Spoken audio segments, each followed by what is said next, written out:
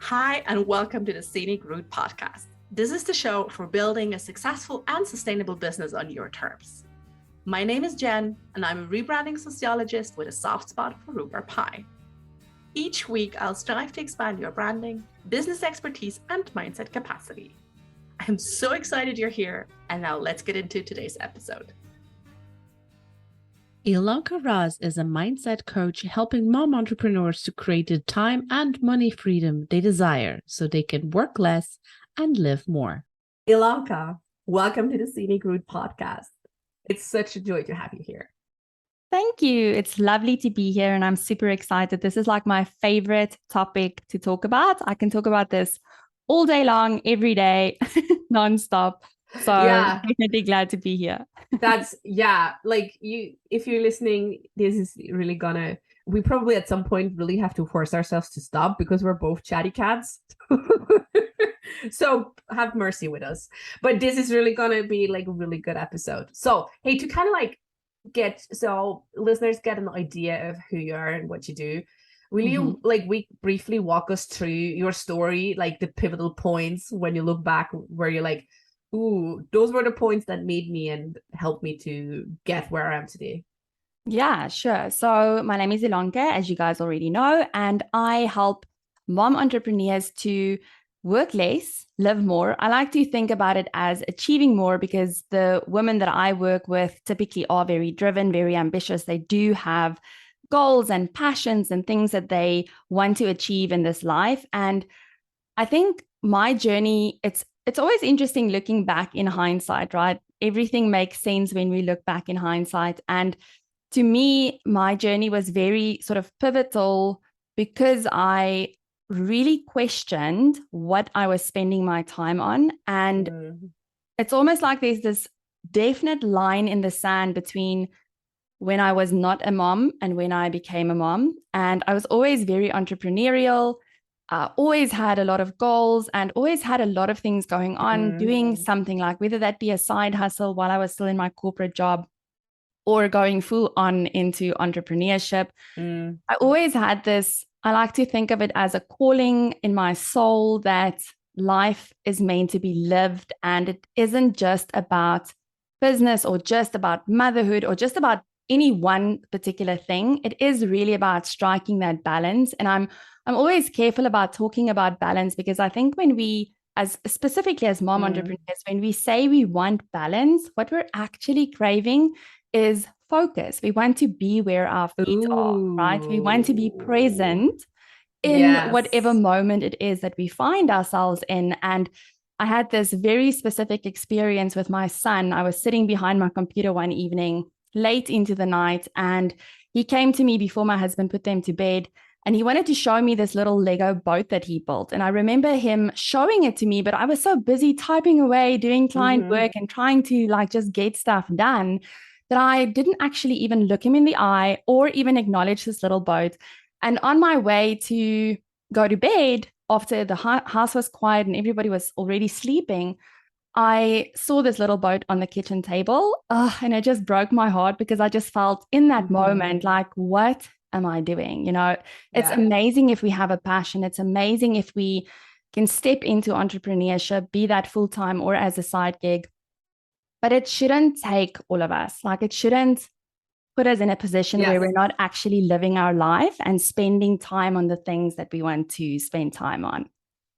Yeah. Oh, this resonates so strongly. Like we're kind of always conditioned. It's this or that, right? Like, and as you said, the line in the sand is motherhood for a lot of women. And I never wanted to be, with air quotes, just a mom and driving my kids around or whatever. So it's always kind of like, well, how can I do both? How can I be present in both? And I love what you said. It's not really necessarily balance because I mean there is no such thing as true balance. Like it's always more like a blend in and a blend out. And I love that this is actually that you said like it's actually what actually behind all that is focus and presence. Yeah, right. Because we want to remember the little boat moments, or we want to remember the time when for me, one of my moments is like, oh, I want to bring my son to bed when I want to, like snuff his, like smell his hair. That's like one of my pet peeves. Like, oh, it's still like he's 3 now, but he still sometimes has like this kind of like toddler scent or like, Yeah. yeah, and I want to be fully present for that, right? Because yeah, that's what it is. So like, how do we do it then?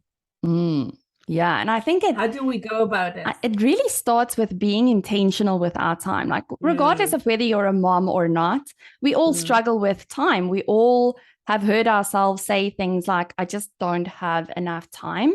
And many of the people that I speak to, specifically clients, like some of them aren't moms, right? Although the majority of the people that work with me are mothers, like some of them aren't. And it's always this struggle between how do I balance or manage all the things that are important to me, that matter to me, and how do I make sure that I'm actually spending time on those things? And so to me, it always starts with being intentional with your time. And so if you look back at the past week or past 2 weeks and what you've actually spent your time on, are those the things that really matter to you? And like, I want to say they are, because you've been spending time on them. But once you get conscious about it and intentional about it, you'll probably say, yeah, I would actually want to spend more time on this thing or that thing, or do less of this or that, right? And so it really starts with just knowing what matters in this season. Because I think, you know, when your kids are still young, things look very different than what they might look like. Right? Yeah. Like even if they're starting to go like age, the age where they go to school, or, you know, maybe they get into teenager, like it's different seasons. And I think things change as they grow and the seasons change, and what matters will also change. And so we have to just be conscious about what those things are. Yeah. And I remember I did that too when I was like really looking back one time, like, oh, okay. Where I'm also like, oh, okay, I don't have enough time. I'm like, I know that's a bullshit story we're telling ourselves, but then I'm like, okay, but how do I actually like spend my time? And I look back the last 2 weeks and like really did like 30 or 60-minute like increments, and was like, what did I do? And also like my phone helped me, obviously, because it tracks everything.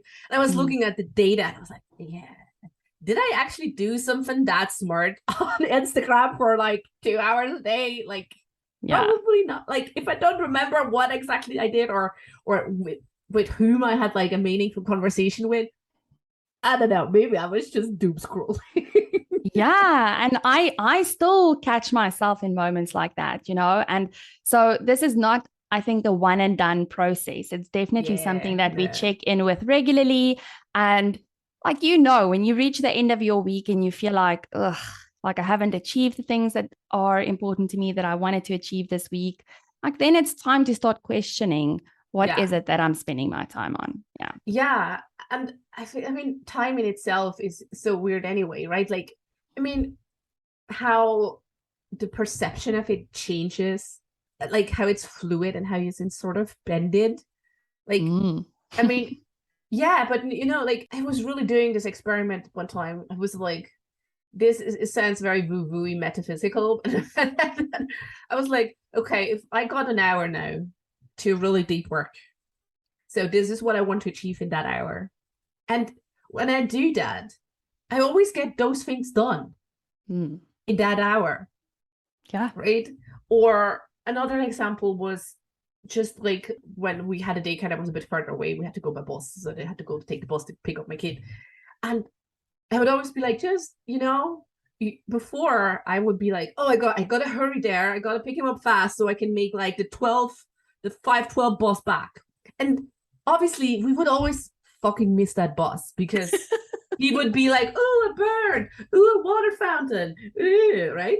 And the moment I kind of let go of that, where we just like, you know, I gotta go pick him up, we go home, and kind of like releasing the time expectations. I know this sounds very weird unless you have a similar experience. And like, and he still was like, oh, fountain, oh, bird. But the interesting thing was, every time we came at the bus stop, there was either we were on time, or the bus was late, or whatever. But we always made that bus. because we just were like, okay, we just kind of let go of time. Yeah. I love that. But it's so weird, right? How time is something fluid almost. Yeah, definitely. I mean, if you think about time and the way it is defined, I think Einstein, if you go and Google it, Einstein actually has said something very smart about it. Yeah, he actually said that time is our perception of it. It isn't actually the hours and the minutes on the clock. And if you think about defining for yourself what a short time and a long time is, right? We've all had moments where 10 hours felt like 10 minutes and 10 minutes felt like 10 hours. It was a good day, I don't know, at Disneyland, it was like that shitty meeting you had to take and you were stuck forever. Yeah, exactly. I always think of like the last month of pregnancy as like the time would just not pass. And so we all have that feeling of, I felt amazing in this moment or moments, and time collapsed or stretched. Exactly. And so that to me is sort of my starting point and where I start my work with my clients in terms of redesigning that relationship that they have with time. Because I think we're so used to managing time and implementing all the time hacks and buying new planners, doing all the things, right? And there's nothing wrong with those things. They can actually contribute to our life. But if you start there, you'll probably find yourself with a planner halfway through the year that isn't even filled in, or apps that you don't use, right? Or now you're creating free space in your week, but you're just filling it with stuff again. And so I'm just looking at my bookshelf where I have like an empty, really lonely copy of like the tomato time management, whatever thingy. And I'm like, I think I once got it. I've like, it has a very lonely life on the bookshelf. Like I've never not to say they don't have a purpose, but exactly. Yeah, I get that. Like there's another, like before we go into like what we said, like it's a perception and how we feel actually bends or stretches our perception of time. Before we go into that, I feel there's always also like such a deep layered question of not having enough time, of not doing enough. Like one is, that this is one of the worst Pinterest motivational quotes, because it actually isn't. It's kind of like the saying there, Beyonce also just has like 24 hours in her day. Like go be like Beyonce. And I'm like, yeah, it's true. But like she most likely has a different support system than you do. Absolutely. So time is not equal, right? Like it's steeped in so much privilege that if you can outsource who cooks your meals, who does the grocery shopping, who picks up the kids, who whatever. I also got 24 hours. Right? But we're kind of like doing all of this. And I think that is a very important distinction to make. Like we need to stop comparing ourselves with what's happening in other people's lives, because that's half of our problem. Is we look at the Instagram images and the perfectly curated lives of people online, and we think that they have it all together, that they, we're doing something wrong, we're not there yet, and we have this like feeling of that we're behind or something. And so the feeling, yes, the sensation of feeling behind. Yes. And so when you spoke about, I'm not doing enough, or I'm not achieving enough, like I want to change the perspective on that a little bit and challenge you to say that enough is really a decision. Like you decide what is enough.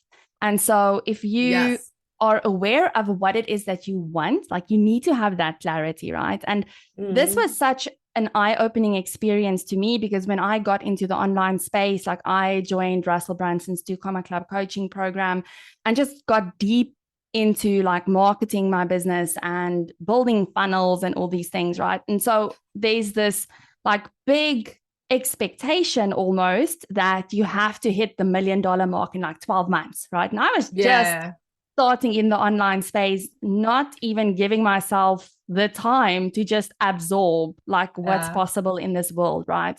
And so I got to a point where I actually realized, like, why am I setting this goal for myself to achieve or get $1 million, create $1 million? Oh. Do I really even want that right now? Yes.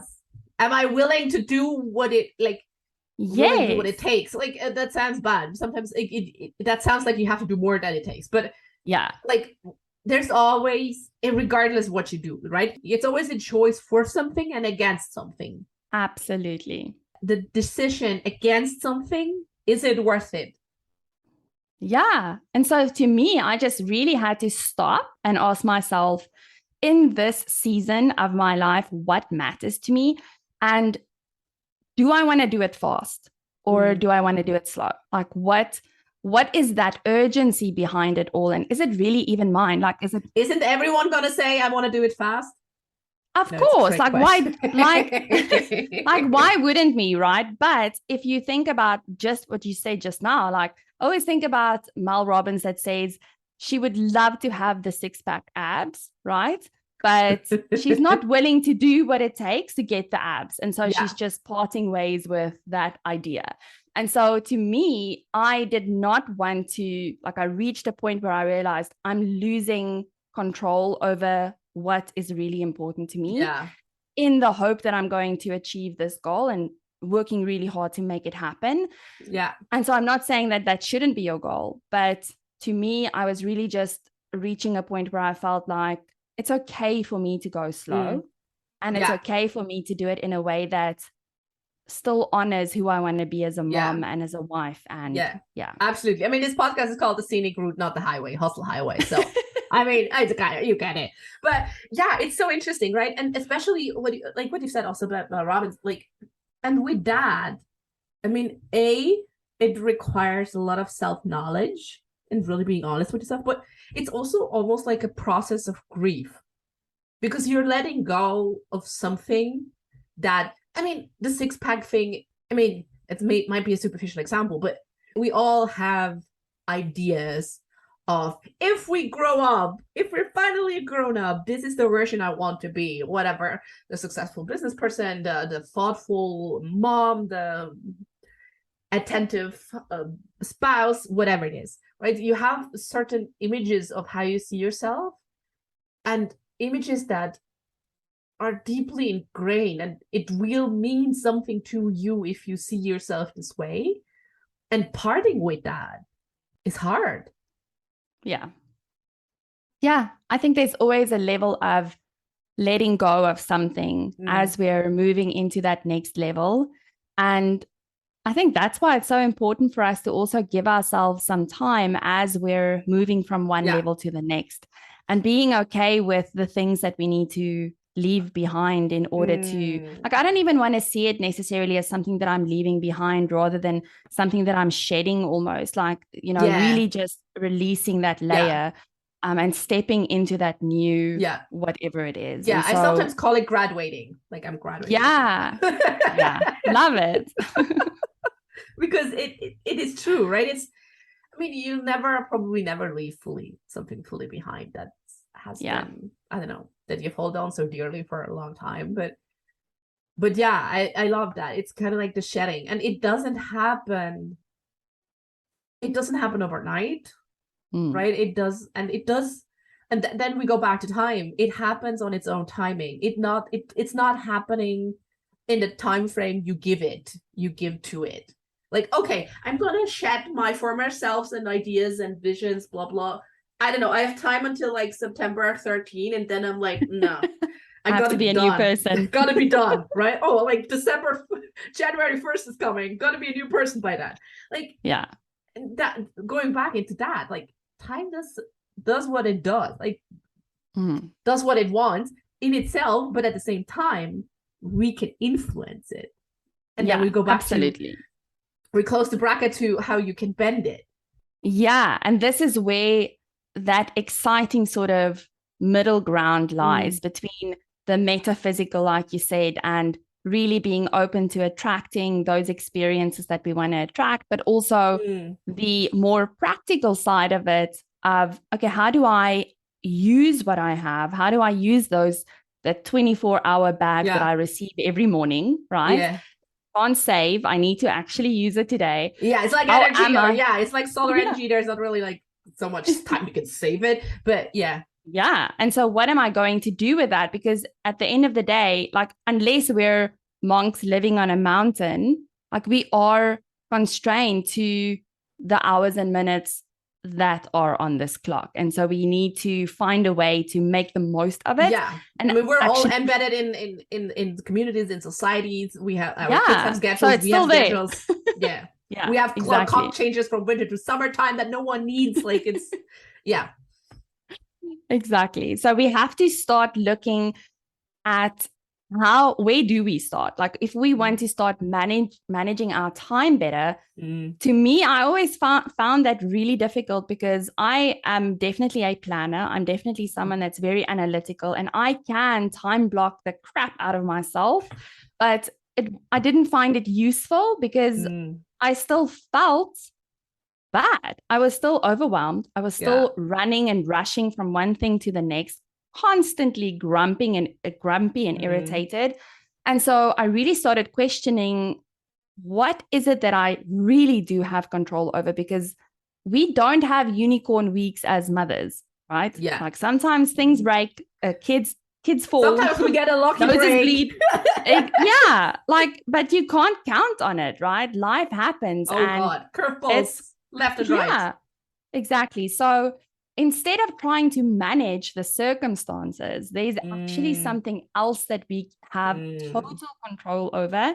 And this is how I approach time management, because I feel like you can't really manage time. But we can manage our emotions, because to me, time is emotion. And if we take it back to the example of, what is a long time, what is a short time? It's how you felt in that Yes, moment. exactly. I mean, we all, as you said, we all know that brilliant day we had and it went by in like the blink of an eye, and then meeting that stretched for days, or the last weeks of pregnancy in a hot July, and you're like, I've been pregnant for 100 million years. Exactly. Yeah, I love that, right? Like, I mean, I see that this goes through all of our society as well, right? We try to cure circumstances or symptoms or whatever, that we appear as kind of like quick fixes, instead of like almost kind of like returning back to the one thing we have some control over, and this, how we feel, how we approach things. So in that sense, it really is like, we're not managing time, but we're managing our emotions. Yeah, that's where we start. Like, you can, I definitely work on practical ways for my clients to use their time better, to create the systems and the processes that they need to actually work less, right? But we have to start with our emotions, because if we feel bad, if we feel crap, any action we take, any decisions we make will be affected by those emotions. And so we always want to keep ourselves, not always, because sometimes we do want to feel bad, right? If we are in a grieving process because someone maybe passed away, then there's nothing wrong with feeling sad or feeling the grief, right? So this is not an exercise in not feeling your emotions. Yes. Oh, yeah, exactly. Like, it's always kind of like, oh, no, it's not. It's like sort of a toxic positivity. It's, you have to build capacity to sit with the fun feelings, the ones that make you feel light and expansive, and the ones that make you feel worrisome and kind of weighing you down. But it's just two sides of the same coin. Yeah, exactly. And so when we approach it, we look at, what emotion are you spending the majority of your time in? Like, if you think about the past week, right? Were you overwhelmed the most, like, for the majority of the time? Were you stressing, worrying? Like, what was your emotion that you lived in? Because if you look at the results that you have created in your business, it is directly connected to that emotion. And this is where we need to start if we want to make a real change, specifically in our business, because I'm working with mom entrepreneurs, right? And so to us, any time that we spend in our business, we want that to be time well spent, right? We want it to be something that we can hit the end of our week and we can feel proud and achieved, and I did what I came to do. And so we have to start looking at how we are feeling And that is really impacting our actions. And so we always start at that place. And then we can look at the easy little time hacks and tactics that you can implement to get the to make last your life drop easier. out of that lemon. Yeah, I love that. Like, I mean, I can already hear all the buts, all the mental buts. Everyone who's listening has like, but, they're just waiting for like the pause to have like, but. So let's go out in the open with that. Like, but how do I manage my time? Like, or how do I, so okay, I get it. I should feel positive and joyous and expansive and light and blah, blah, blah. But I don't know. My kid was sick and got sick in the night. I haven't slept. Day is crap. I don't know. Everything got not according to plan. Adding in general worries. I mean, we're still in a pandemic. We have like national health concerns. We have personal health concerns. I don't know. We are going into a recession. Like, politics is shit. Like, I don't know. There's a flood in Pakistan. Like, it's just right. Like, everything is like just falling down on you. And I mean, how else can you like, how can you feel anything else than overwhelmed? Like, I get it. Yeah. How the fuck do we get out of that? Ilonka, like, tell us. So the first question that you always need to ask yourself is this emotion serving me, right? Yeah. Because as I just said, sometimes you do want to feel I sometimes want to feel a bit of rage, because rage sometimes is really good. And sometimes that can actually propel you. That can be used as fuel. Sometimes it serves you to be angry, right? Yes. But we need to question whether the emotion that we are feeling in this moment, whether that is actually taking us towards what it is that we want to create. So if we talk about business specifically, if you're constantly overwhelmed in your business, chances are you're probably procrastinating on a lot of things. You're not really taking the kind of action that you want to be taking, and your results will show that. And so we start by questioning whether this emotion is serving us or not. And it's very easy to find the answer to that, because typically if you feel bad, it's not serving you, unless you need to feel bad in that moment, right? But so we start always with questioning whether it's serving us, and then we can decide whether we want to shift that emotion or not. And it's always fascinating, because I think we've been conditioned to believe that we are at the mercy of our emotions. We have zero control over it. It just sort of happens to us. Like, how do we change it, right? But you feel the way you feel because of what you're focusing on, where your attention is, right? And so the easiest way to make that shift is to shift your attention, to shift what you're focusing on in that moment. And the second thing is the meaning that you're attaching to everything in your life. Like, we look at our to-do list and we think that we have so many things that we need to do this week. The majority of those things are probably the shoulds that we have created for ourselves. Right? Yes. Oh, and things that nobody actually, like, nobody told us we should be doing this. Maybe some people did, but well, someone surely told you you should build a big funnel. Yes, exactly. So now you are attaching meaning. If you don't do those things, if you don't achieve those things, the meaning I'm not that gonna you be as attach successful as blah blah. I'm not gonna do or $1 million I'm a bad in mom a year. if I don't do this, or I'm a bad wife. I should be doing that, right? And so we need to really start questioning those boxes that we've created for ourselves, and just really question whether it is still even relevant, or is it even ours? Because sometimes it's something that's just sort of passed on because of this, like, generational, women are supposed to be XYZ, right? Yes, absolutely. And we just sort of take that on.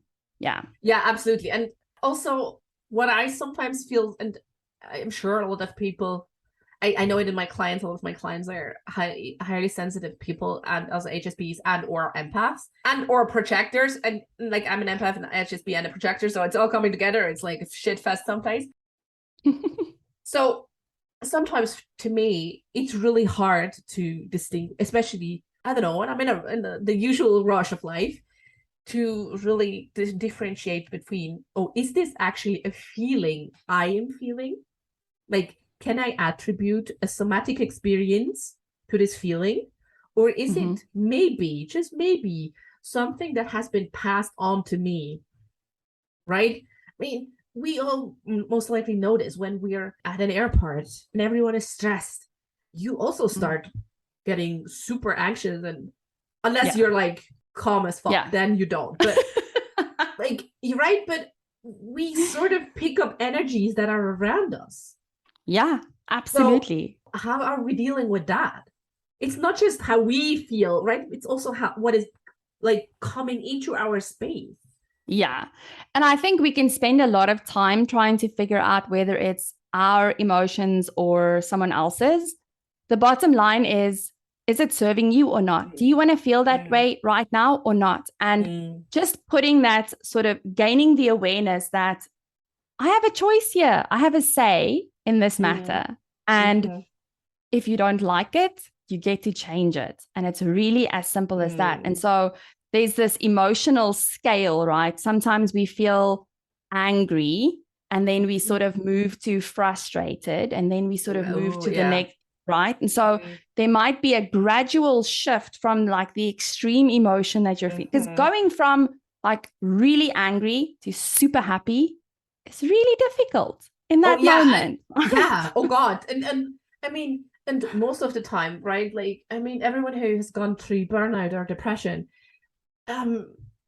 like we're not even striving for goddamn happy. We're just striving for normal baseline. Yeah. Right. And so we can use that. Like that is a natural way that we actually process and deal with emotions. Like there is a scale that we move along, let's call it the emotional scale, that you feel a certain emotion and the next one might not be happy. It might be frustrated, right? But as soon as you can feel that shift in, okay, I'm not angry anymore. I'm just irritated, right? It might be subtle, but there is a shift happening and gradually, because we can't stay in one emotion forever. It's not possible. We weren't built that way. And so even if you just leave yourself, even if you just do nothing, you will eventually move out of that emotion. But we want to actually harness this power that we have with our thoughts and our attention, what we're focusing on. And we want to be a little bit more proactive and guide ourselves to the emotions that actually allow us to go and do the things that we want to do. And so if we're in an emotion, instead of aiming for the happy, right, maybe just start with, how do I get myself out of the anger right now? And the first place is where your attention is. You're probably focusing on the thing that made you angry. And so just going a little bit more general, like starting with appreciation. Like, I appreciate that the sun is shining right now, or I appreciate that I didn't kick this person in the face, right? Like that I actually had the restraint. I prefer the second example. And so just looking at what you appreciate in this moment, I always find it difficult, especially when I'm like angry or in a very frustrated like emotion. I don't go for gratitude because in that moment, it's really hard for me to find something to be grateful for. And I know I can't be grateful and angry at the same time. But I actually then feel bad because I have so much to be grateful for, right? And so why can't I feel grateful? And so looking at something that you appreciate, like the wind coming into your house on a hot summer's day, or the sun shining, or even the rain, like if you love the rainy season, right? And so just shifting your attention to that will bring an immediate change in the action, even if it's subtle. And that's where you start. I mean, I just thought of okay, what, I mean, let's call it like the shadow emotion, right? Like I feel every one of us has that kind of emotion where it's really, really hard to get out to. For some, it's overwhelm. For some, it's fear. For some, it's sadness. And for me, I'm at my worst when I feel resentment. That is really, really hard for me to get out to. Like, I can tell myself the sun is shining all day long. This is not going to get me out of resentment. So it's really about knowing yourself. And especially when you're starting out, like, I mean, classic conditional high achiever, I relied on my head. I still rely probably too much on my head because it's good head and I like it. But there were times when I had a strong body head disconnect. And it was really hard to me to know, and this sounds super simple, but to actually know what I'm feeling, to give a name to what I'm feeling. Yeah. Yeah. Like when you're and not that's on okay. set. Yeah, exactly. Yeah. But it was hard because everyone's like, well, identify your feelings. But I'm like, yeah, but I'm not at Zen Master Ninja level. So I don't know what I'm feeling. Tell me. You might be angry. if you are like that, if you can't really name the emotion, an easy way to start is just asking yourself where I'm feeling it. And maybe that is like in your chest, in your stomach, and like, how does it resonate for you, right? Maybe it's a tightness, maybe it's a feeling of heaviness. And again, it doesn't even matter if you don't name the emotion. It's really questioning, does this emotion make me feel like I want to be open and out? Or does it make me feel like I want to, shrink and just, stay in a little bowl, keep myself away from everybody and everything. Get out of Ben and Jerry's. Yeah. And so depending on how that's making you feel, maybe it is necessary for you to take a little bit of a break, right? And go and binge some Netflix because you've been pushing yourself just way too hard and you haven't given yourself enough time for just rest. And in other instances, it might actually be necessary for you to go the opposite route and open yourself, because if you keep putting yourself in this little box and, I'm not going to interact with anybody, and you're never going to build a business like that. You're never going to, you have to come out of your shell a little bit, right? And actually speak to people and do things. And so it's really just gaining the awareness of, is it serving me in this moment or not? And if it's not, that's when we want to make the change. Yeah. And especially like most of my clients are service providers.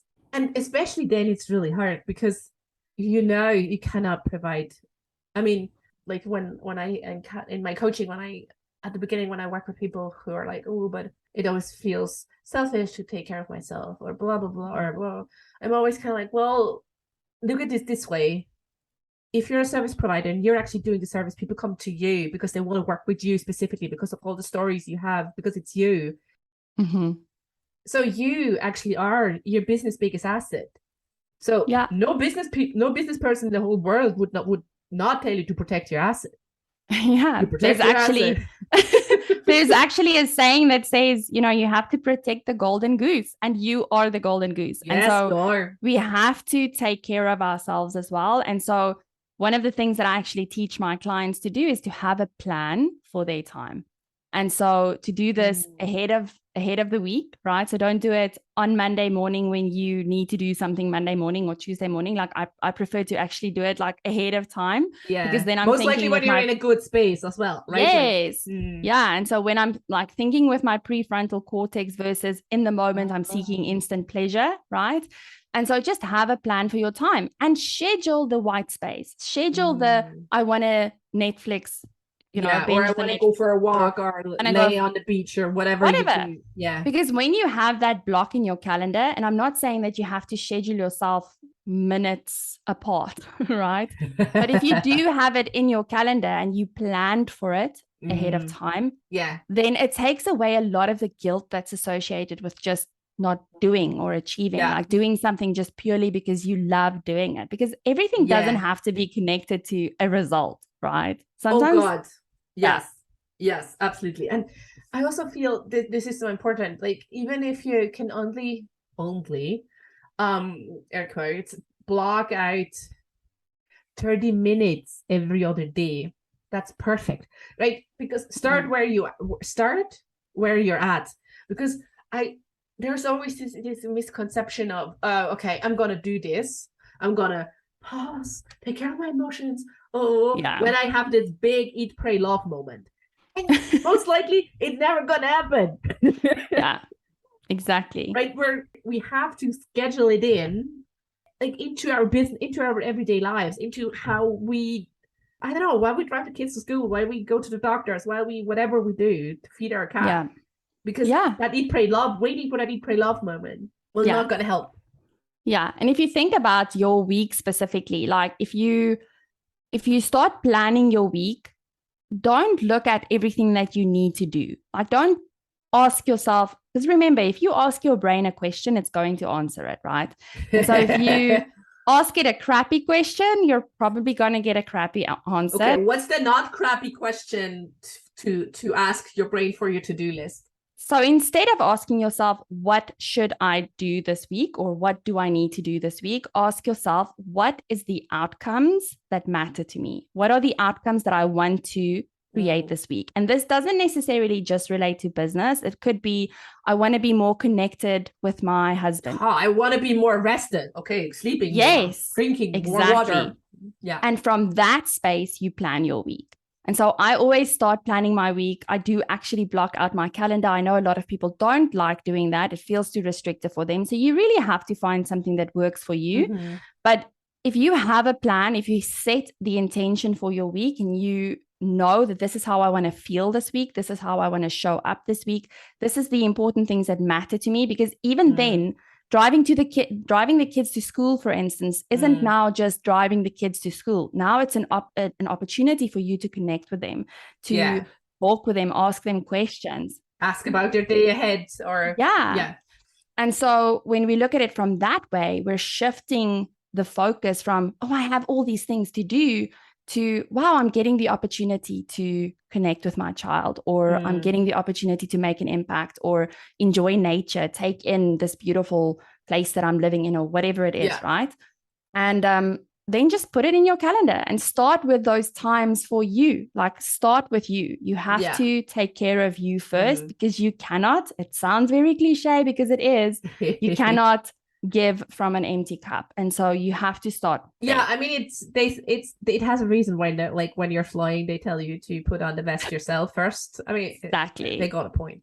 There's a reason. At the same time, I'd say if you do that, the next thing that most likely will happen is you blocked it in. So far, you're so good. You're clapping yourself on the shoulder, and then you're like, oh, okay, I don't know, I really want to finish this, but okay, so I'm just gonna like cross that off, like that white space, just gonna cross it off. Yeah, so, I'm not feeling it right now. Yeah. So boundaries, am I right? Yep. Boundaries. Yeah. And also, like, if you think about, there's three things that's always fighting for your attention. The first one is your fears, right? The things that you are afraid that's going to give you pain in some way. The other thing is pleasure. Like, we want to feel good, and typically we want to feel good right now. And so we go immediate for the instant. We've been conditioned this way. Exactly. And then the third thing is other people's demands, right? We are constantly bombarded by people asking us to do things. Well, especially people who grew up to be women. Like, we have been raised as caretakers of, like, we have to take care of others. We have to anticipate other people's needs before they have them themselves. Yeah, exactly. And so this is where you have to set those boundaries. You have to set the boundary in terms of what matters, why it matters. You have to know why you're doing this thing, because if you don't, if you forget why you're doing it, or you don't even have a compelling reason why, it's very easy for you to just go in that moment, I'll just do this later, or it isn't important, right? And so we all know never gonna doesn't happen. Exactly. So really look at, this is where coaching is the best part of it, because we all have those moments where we're like, I know I said I'm going to eat healthy this week, but this cupcake looks amazing and I'm just rather going to do this right now. And so this is the work that we have to do once we have the plan, once we know this intention is what I set for myself in that moment where I was actually channeling my higher self, right? Why is it that I now not want to do this thing? Why do I want to procrastinate on doing this thing that I know is the good thing for me to do right now? Yeah. And that's the work. That's where we start questioning, what is the holdback? What is the limiting belief? What is the thing that's asking me to shift attention to something else? Yes. Yeah. And agreed. And I also feel it's so important, especially with the cupcake example, because food is a brilliant example. And there are also days where it's just fucking okay if you want to eat the cupcake just because it feels fun to eat that cupcakes with the sprinkles on top, right? Like, but then also coaching comes in. It's what happens next. It's, you eat the cupcake, fine. I don't know, you make a healthier dinner, whatever, no biggie. Yeah. And that's where coaching comes in. Or you just keep on crapping on yourself for that one time you had that cupcake, although you had a different intention. Yeah, exactly. And so that, it's very important for us to, yes, have the intention, yes, have the plan, but also know that you are a human being with a human brain, and you are going to fall off the bus at some point, and that's totally fine. Instead of beating yourself with a stick, just take back your attention to the thing that is important, the thing that you do want to achieve, and just go for it. Like, we all have those moments, and there's nothing wrong with that. I think, the thing to me is really the majority of the time, like the balance of, are you always saying yes to the cupcake? Yeah. Or is it the occasional thing that, I just got off track and I'm just going to get back? Because that happens. It's actually a normal part of the entire process. So, but if it's happening all the time, then there's work to do. There's needs to be uncovered. Yeah, absolutely. It's about balance and not to kind of like, manage your emotions, which we're going full circle. Like, so tell me, to kind of like wrap this up beautifully. I know we've talked about a lot about unpleasant emotions, and especially listeners with little kids at home will be like, I got that. There's one emotion I have a lot. It's mental load and it's overwhelmed. Like, so I know you brought something with us today for our listeners today. The Done with Overwhelm toolkit. I already love toolkit. The word toolkit, and not like strategy or hack or blueprint or whatever, right? Because they're different tools, and you just gotta try and see what works for you, right? You want to tell me something about it? Yeah. So overwhelm, I think, is such a passionate topic for me because I struggled with it for so long. I think the words "I am overwhelmed" was literally my mantra for like years, because I said it 1,000 times a day. And so this is something that, it's been so normalized, I think, that, it's normal for us to feel overwhelmed. And like, you've always felt this way, and it's just part of who you are. Yeah. It's just, it's just what it is. It's just something we deal with. It doesn't need to be. And so I created this toolkit because I discovered that there's certain things that we keep doing that keep us stuck in overwhelm. And so I include the 4 mistakes that we make that keep us stuck in overwhelm, but also how do you actually now stop making those mistakes, right? I mean, it's good you always have to first know what you're doing, and then you can stop it, right? So it makes sense. Exactly. And understanding what is really causing your overwhelm, because it's not the number of things you have on your to-do list. Yes. And so there's 3, I call them the powerhouse questions that you can ask yourself that will shift your attention from the overwhelm to actually getting back to productivity, but in a way that it's joyful, that you can actually have fun with it, right? I also include a checklist. So when life is throwing you those curveballs, there's a very quick and easy checklist that you can run through to make sure that you actually get yourself back on track and that you stay sane, right, amidst the chaos. And the last thing is like emergency affirmations, and like affirmations, I want to say this about affirmations, because we can't bullshit our brains to believe things that aren't true. Right? Yes. So this is not about going, I am a millionaire, and you're not. You don't have it in your bank account. The very simple things of, I am worthy. If your brain fucking believes it, you're not. Exactly. So I always say this as a little bit of a disclaimer or a caveat, is that you need to find the statements that really ring true for you. Yes. And so these are examples. Yes. But, having these, let's call them incantations, affirmations, like powerhouse statements or thoughts. Potato. What you can say to yourself that you really feel in your body is actually making me feel good. And so you have to find these. I give you a couple of examples, things that I love that work for me. And it's always a positive statement, right? But it needs to be something that your brain actually believes. And so sometimes we give it like a bridge thought, right? If you can't believe yet that you are worthy, you might be able to believe something like, I'm learning how to love myself. I'm learning how yes, to. I love bridge right? affirmations. Yes. Yeah. And so I included those as well because we underestimate the power of our belief system and the thoughts that are continuously running in our heads. And if we can actually just recognize the thought that's attached to that emotion that we feel, then we can actually start questioning it. And I found the more I question those thoughts that aren't serving me, the more my brain actually releases them. Because once you start shining the light on it, you actually realize shadows disappears. It doesn't make any sense. And so sometimes it's just as easy as that. And then it just sort of dissipates. It really is. Yeah. It's easy, but it's simple, but it's not easy sometimes. Yeah, it's definitely not always easy. Yeah.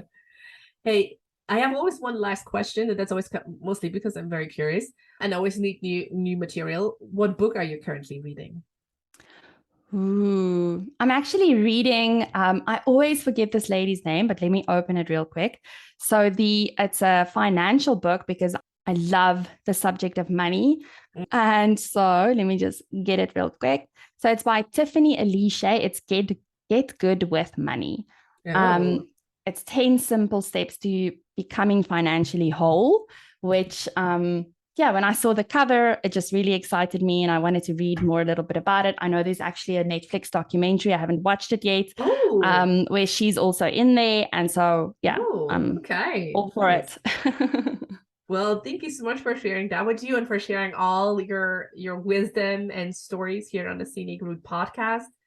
Ilonka, it was such an amazing conversation. Thank you so much for being here. Yeah, thank you for having me.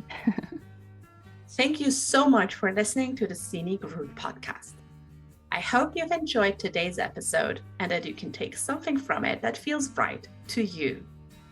I'd be so grateful if you could share the Scenic Route podcast. As always, you can head over to scenicroutepodcast.com to check out all the links and resources from today's episode. Oh, and while you're there, don't forget to download my free email course, Intuitive Branding Invitation, to teach you how you can successfully tune into your own brand frequency and rediscover your brand's unique gifts, strengths, and talents. So thanks again. Talk soon.